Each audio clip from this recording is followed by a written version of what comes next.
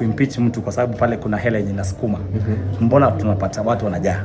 Ile ndio ile shida tuko nayo katika nchi. Na tungependa ibadilike kidogo kwa ule mfumo wa pale katika Senate, things are a bit different. Senate is a sober mind house, na najua watampa haki. Kama tena nyumbani, mimi nitakubaliana na Senate. Lakini kwa ubunge, kwa what do you call it, hii law house, sikubaliani na yale matokeo. Okay, pengine kama unaweza kubali kwamba there was mobilization pale kwa MPs, what makes us think kwamba hakutakuwa na mobilization kwenye Senate? Kuna weakness mbili pale katika kwa MPs. Pale wanafanya ile voting ya open. Ile yes, no, umeelewa, ile ni open ballot. Lakini pale kwa Senate, pale wafanye open ballot. Wanafanya ile confidential. Ikifika confidential, mtu anaweza kufanya uamuzi wake binafsi. Na ile proposal, kama wabunge wangetaka kuwa very genuine na Kenyans, mbona wasifanye yale mambo katika ile confidential ballot? Tuweze kuona ni wangapi watampa na ni wangapi hawatampa. Ile open ballot shida yake ni moja, inakontroliwa na kitu inaitwa the party arithmetics, na inaitwa the political party stand. Kama chama chenu kimesema mtu aende nyumbani, hauwezi sema hapana. Kwa nini? Kwa sababu pale uko katika zile kamera, it's so open. Lakini ingekuwa ile ni ballot, ungeweza kufanya uamuzi wako na uamuzi ambao una represent watu wako. Do you think what is going on kwenye career ya Gachagua, do you think it's fair? Do you think it's orchestrated to make him fall? Gachagua kuna weaknesses zake.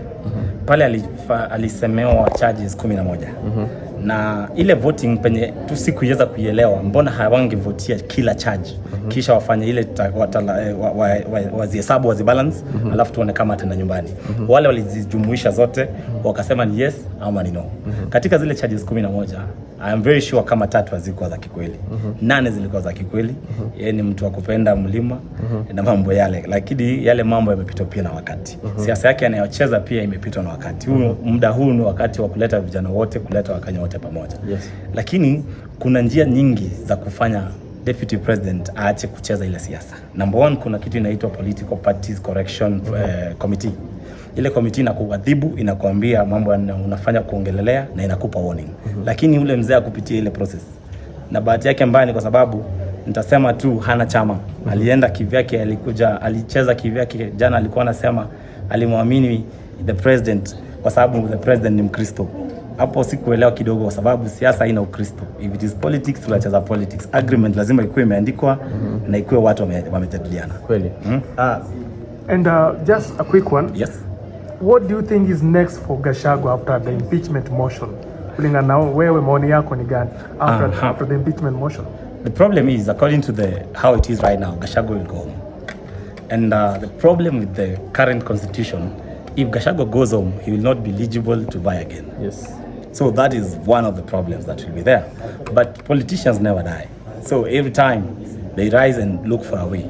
What I'm thinking Gachagua will do, he will look for people who will be like, watakuwa na wale proxies, people who will run. Because he has the money, don't forget that. He doesn't have the whole central, but he has a group. Because if you see, if he was voted yesterday by 44 MPs, that means he has influence also. Because all of them would have voted against him. So people should not forget that. Also, don't forget, Gachagua is well-managed and well-connected. He has been in public service for around 30 years. He's been in political office for around 10 years. He's been, what else can I say? He's been in the business world for more than 40 years. That man is well-connected. He's been a civil servant again for another 30 years. He has good roots in that. And that's where he beats all the other politicians. All of them, because he's been in the service and now he's in the politics. That is why he beats them. But now, the only problem I don't know where he failed and didn't know that he was supposed to register a party and go negotiate as a party, not as Gachagua himself. Yes. Many people are saying that all these things that are happening in Kenya right now, from Morara's arrest to Gachagua's impeachment, are mere issues that should not be, in the public domain right now. There are bigger issues such as Chief, Adani, and these Gachagua and Morara are just being used as a distraction. What are your thoughts on that? It's unfortunate, and I have to say this, that sometimes we can say they're used as a distraction. When this Gachagua story is going on, I don't know what people are reading, and I don't know whether people or you guys know that most of the signs and most of the signatures in the deals that have not been done are already being done. Adani, I heard and I saw photos, they're already in JKIA. The deal is still going on. Kenyans have forgotten. The good part and the bad part with us Kenyans, we forget very fast.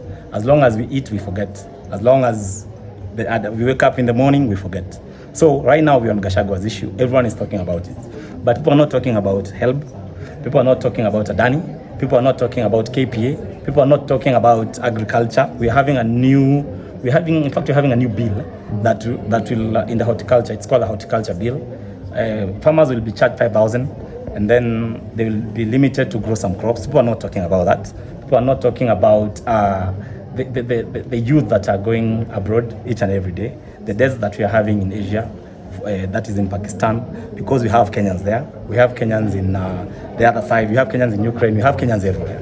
People are not talking about the important things. We have Kenyans everywhere. Even Haiti, people are not talking about it. Yeah. But the problem is we get distracted very fast. But the issue, and it will not last long. Gachagua will go home. But the question is, us as the youth, how can we redeem ourselves? We are the future of this nation. Where we went wrong, we had a very good Mandamano process. Very good Mandamano process. But now, we didn't have direction. When I say direction, I mean this. We have political problems in this country. The only way to solve political problems in a country is by a political process. A political process starts in whereby the youth lazima kwanza waregister, wachukue ID. Kwanza wachukue ID. Mayouth wana ID. Mayouth wa mtaa wana ID. Number 2, mayouth wana kura. Mayouth wa vote. Ikiko kesho ni election, si uendanga sherehe, hatuamki kuvote. Ukiuliza hapa watu wenye wamevote ni less than 40%. That is one of the problems. So what we should be doing, we should be mobilizing the youth kwanza wachukue kura. Na kura inachukuliwa pale Huduma Center. Anytime iko open. Pale kuna watu wa ABC, enda uchukue kura wewe ni youth. Wacha mambo mingi ya kushinda ukipiga kelele tao na una kura. Kwa sababu kura yako ndio silaha. Then when it comes to 2027, now we'll be able to have the silaha in the pocket.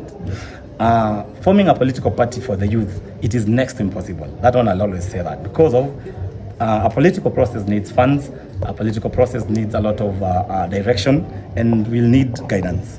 But now tukiwa na kura kwanza, we'll be able even to fix our own candidates, even as independent candidates. Yes.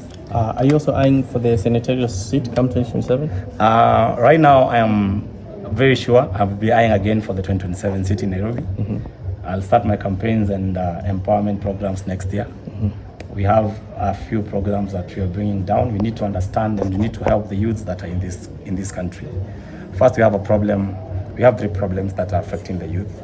One, we have mental problem, the mental health problem, amongst every 4 youth, we have 2 of them who are having an issue with mental health. Mental health can be brought by brokenness.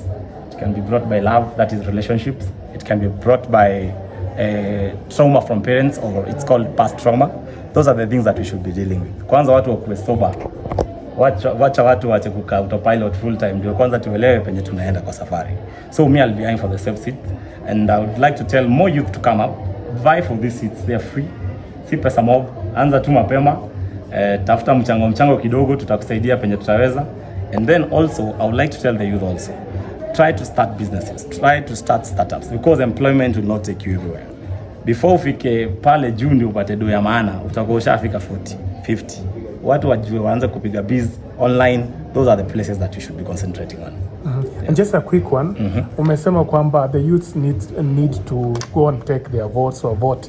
Do you think by 2027 Ruto still has a chance to retain the presidential seat? Ukiangalia vile kunaenda. Hata mimi niambie mayouth kweli. Hii Kenya saa hii hakuna mtu anaweza compete na Ruto. Kwanza saa hii Gachagua anaondokea kipindi. Ule chali yako na do. He has the money, he doesn't have charisma, but he has the money and he doesn't have a party. Now he's out of the story. Now what has to happen? The youth have to pick the votes. Kama mnataka kutoa Ruto, kama mnataka new government, kama mnataka kuimprove maisha yenu, kwanza tuko na votes. Unaona ile wale majenzi venye watu walitokea, watu wangechukua kura in that design. I'm telling you, we would be on another level. Let me tell you a few statistics today. Last election, 8 million people didn't vote. 8 million who had the voters card didn't vote. We had another 8 million who didn't have the voters cards. Well, statistics. Mm-hmm. So we have a 16 million group of people that don't vote. And each and every year, we graduate nearly 800,000 to 1 million youth at 18 years in this country. Out of these, only around 100 or 200,000 people are able to pick the voters cards.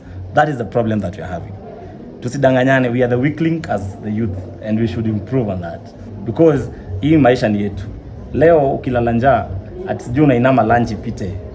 Hautainama forever. Kuna siku moja itabidi umekopa au umetoa na itabidi umekula.